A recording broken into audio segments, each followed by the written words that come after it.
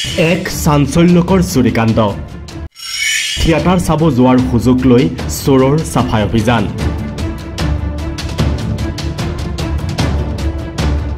পলাকবাৰীৰ ৰাজাপুখুৰীত নিশা চলি আছিল ইতিহাস থিয়েটাৰৰ প্ৰথম নিশাৰ দৰ্শনী তাৰেই যেন সুযোগ লৈ গাঁওখনৰ দুটাকৈ পৰিয়ালত চোৰে চলালে চাফাই অভিযান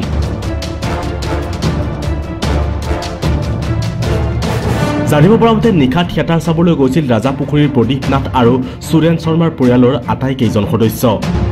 আৰু তাৰেই সুযোগ লৈ দুয়োটা পৰিয়ালতে ঘৰৰ খিৰিকী ভাঙি ভিতৰত প্ৰৱেশ কৰি আলমিৰাৰ তলা ভাঙি প্ৰদীপ নাথৰ গৃহৰ পৰা প্ৰায় 8 লাখ টকাৰ সোণৰ আ অলংকাৰ সহ নগদ ধন লৈ উধাও হয় চোৰ আমি মোটামুটি 1:30 বজাত আমাৰ ৰাজাপুখুৰী থিয়েটাৰ এখন আহিছিল ভাঙিমা তাতে আমি কমিটিত লগ আছিলোঁ আমি পৰিয়ালটো গোটেইকেইটা গৈছিলোঁ গৈ আহি থিয়েটাৰ চাই আহি যাই দেখা পাওঁ পাছৰ ঘৰৰ খিৰিকী এখন খোলা আছে খোলা খিৰিকীখন চাওঁ যে গ্ৰিলখন ভাঙিছে গ্ৰিলখন ভাঙি সহজে কোনোবা সোমাই যাই আমাৰ গডৰেজৰ লকৰ দুটা পাৰিছে তাতে বহুত পইচা আছে মোটামুটি 8 লাখৰ ওপৰত পইচা বহু বস্তু ইমানখিনি বস্তুটো মানে একদম নাইকিয়া কৰি পেলাইছে আজি যোৱা ৰাতি নটাৰ পৰা 11টাৰ ভিতৰত হৈছে সম্ভৱ হৈছে আহিছিল পোহৰ হৈছিল সিহঁতে এতিয়া ৰাতিপুৱা যায় আৰু শুনিব গৈছিল সন্ধিয়া এতিয়া কাপ কৰিম ইয়াতে চব লগ বন্ধুৱে আহে যায় এতিয়া সম্ভৱৰ ৰাস্তাই আছে যদি নক'ব একো কোৱা নাই এতিয়াও আৰু কি কৰি গৈছে ৰাতিপুৱা একবাৰ যাবি যাই এখানে জাহাৰ দিবি সেইটোহে কৈছে তেখেতক আমি এতিয়াতো ন্যায়টোৱে বিচাৰোঁ কোনোবা ওলাই দিলি আৰক্ষী হওক সবাই হওক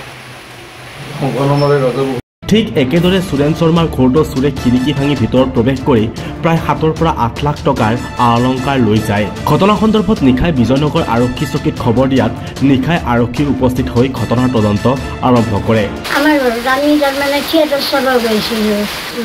কালি গৈছিলোঁ যোৱা ৰাতি যাওঁতে তাৰপিছত আৰু থিয়েটাৰ চাই আহোঁতে দেখিলোঁ তাৰমানে গিৰিলোঁ তালা খুলিলোঁ একো ঠিকেই আছে ইয়াৰে তালা খুলিলোঁ ঠিকেই আছে ভিতৰত সোমোৱাৰ লগে লগে চব উলট পালট হেৰিটো গডৰেজ ভিজাৰ ভাঙি তাৰে বস্তু ওলাইছে তাৰপিছত আৰু হেৰি খিৰিকী গিৰিলখন খুলিছে খুলি গিৰিলি আমি এইটো সোমাই আহিছে হেৰি গলত 2ডাল আৰু চুৰি আঙুঠি কানি কাপোৰ নিয়া নাই বাচন বৰ্তনো নিয়া নাই আৰু পইচাও এনেকৈ নিয়া নাই 8-10 লাখমান হ'ব আৰু জনাইছোঁ আহিছিল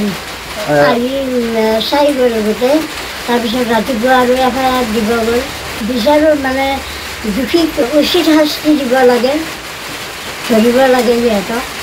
আমি 3জন ছোৱালীজনী বিয়া দিছোঁ আৰু আমি 2টা উল্লেখ্য যে দুদিন পূৰ্বে গাঁওখনত আন দুঘৰ পৰিয়ালৰ পৰা নিশা চুৰি হৈছিল কেইবাটাও গৰু আৰু ছাগলী সেই ঘটনাৰ মাৰ নৌজাওঁতে এনেদৰে একে নিশা দুটা পৰিয়ালত চুৰিকাণ্ড সংঘটিত হোৱা ঘটনাক লৈ গাঁওখনত তীব্ৰ চাঞ্চল্যৰ সৃষ্টি হৈছে নিউজ ডেস্ক নিউজ একাডেমী